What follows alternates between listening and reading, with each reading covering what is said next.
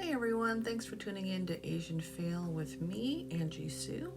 And today we're going to be going over the Chinese Exclusion Act and how that had such a big impact on Asian American immigration in the late 1800s. By the 1830s and 1840s, the idea of manifest destiny was the belief that America should expand across the entire continent.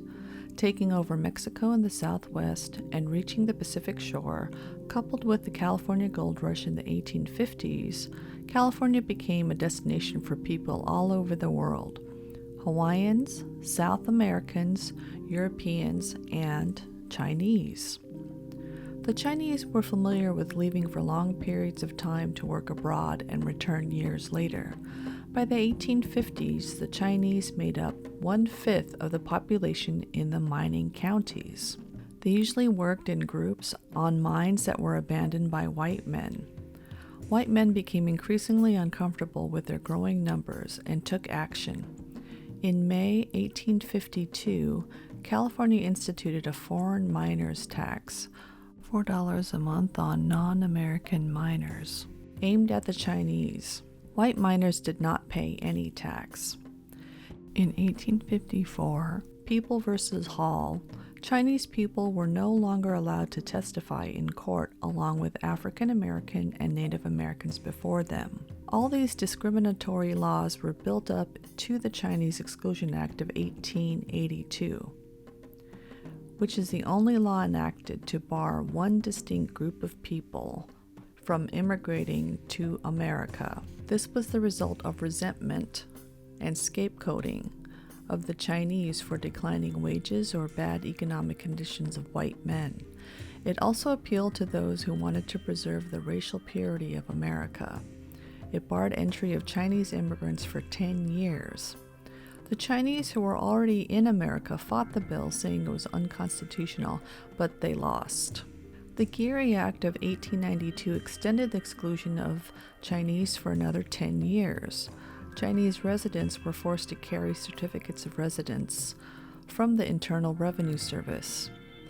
In 1902, Chinese immigration was made permanently illegal until 1943 and the passage of the Magnuson Act, which repealed the discriminatory laws, replacing it with a quota of allowing 105 Chinese immigrants a year.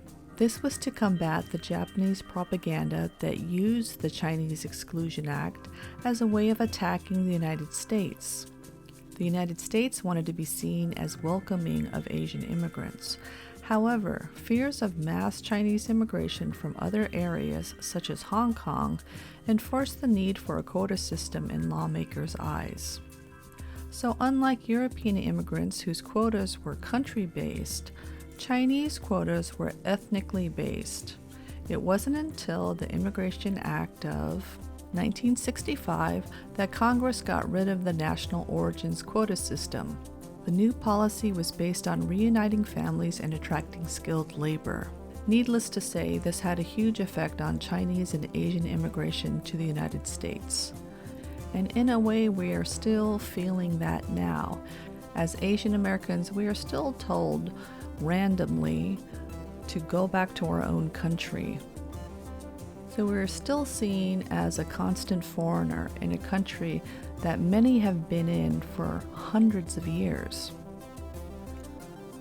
I think that one way to help broaden the minds of Americans is to actually teach Asian American history in schools, so the future generations can see that Asian Americans helped build the country and we are as American as the next person.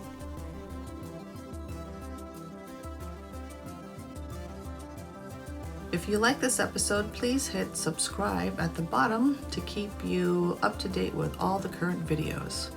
Thanks for watching.